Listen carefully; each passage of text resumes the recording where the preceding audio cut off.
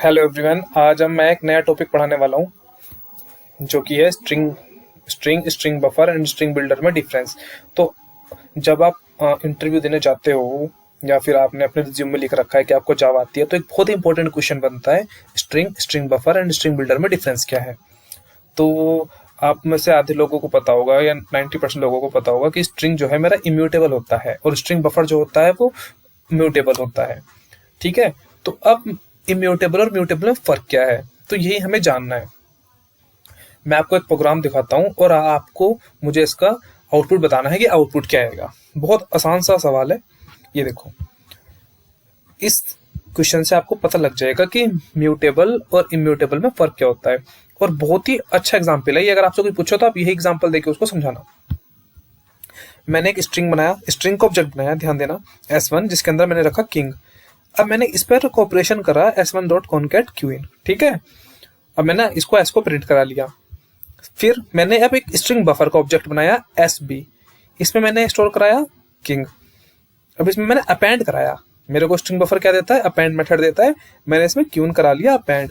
अब मैंने SB को प्रिंट कराया, देखते हैं अब क्या आउटपुट आएगा। आप 2 मिनट वीडियो पॉज करो और मेरे को बताओ आंसर क्या है। जब मैं S1 को प्रिंट करा रहा हूं तो क्या आएगा, और जब मैं SB को प्रिंट करा रहा हूं तो क्या आएगा। अब आपने आंसर सोच लिया होगा, तो मैं आप चीटिंग नहीं करना, बिल्कुल सच बताना आपका आंसर सही था या गलत। अब जब मैं S1 को प्रिंट कराऊंगा तो अगर आपने कहा किंग तो आपका आंसर सही है, अगर आपने कहा किंग क्वीन तो आपका आंसर गलत है। लेकिन SB में मेरा किंग क्वीन आउटपुट आएगा और S1 में मेरा केवल किंग आएगा। अब ऐसा क्यों हुआ? मैंने तो कॉनकैट करा दिया था इसमें क्यून, फिर हुआ क्यों नहीं कॉनकैट? मैं इसको रन करके दिखाता हूं। मेरा पहले का आउटपुट है किंग और दूसरे का है किंग क्वीन। ठीक है, तो अब आपने सोचा होगा ऐसा हुआ क्यों? मैंने तो कॉनकैट कराया फिर भी यार किंग क्वीन नहीं हुआ, केवल किंग आउटपुट है, ऐसा क्यों? लेकिन नीचे वाले में किंग क्वीन है। तो आइए इस चीज को समझते हैं। यही इम्यूटेबल और म्यूटेबल में मेरा डिफरेंस बताएगा। जब मैंने लिखा string S1 is equal to new king, ठीक है, न्यू स्ट्रिंग किंग, तो उस केस में हुआ क्या? उस केस में हुआ ये कि मेरी एक S1 नाम की रेफरेंस वेरिएबल बना जो कि किसको पॉइंट कर रहा है, जो कि पॉइंट कर रहा है मेरे किंग को।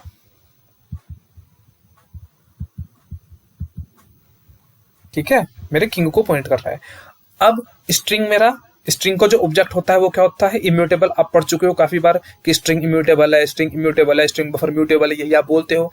तो इसका मतलब ये है कि जैसे आपने स्ट्रिंग S1 एक स्ट्रिंग का ऑब्जेक्ट बनाया, तो ये एक इम्यूटेबल ऑब्जेक्ट बना है। इम्यूटेबल मतलब कि चेंज नहीं हो सकता है कभी भी, नॉन चेंजेबल है ये चेंज नहीं होगा। लेकिन जैसे आप इस पे कोई ऑपरेशन परफॉर्म करोगे तो इस पे कोई चेंज नहीं आएगा, एक नया ऑब्जेक्ट बन जाएगा।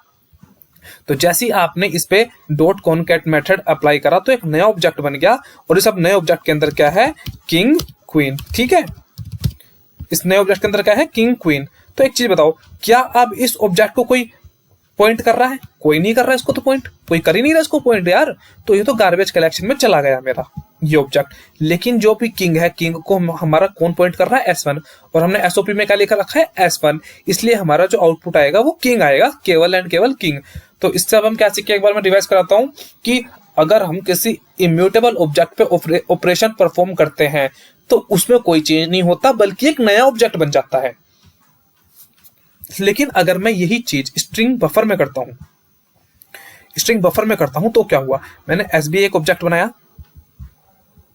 SB किसको पॉइंट कर रहा है, किंग को कर रहा है। लेकिन जैसी मैंने इसमें ऑपरेशन परफॉर्म करा, मैंने इसमें कहा डॉट अपेंड क्वीन, तो वो ये चेंजेबल है।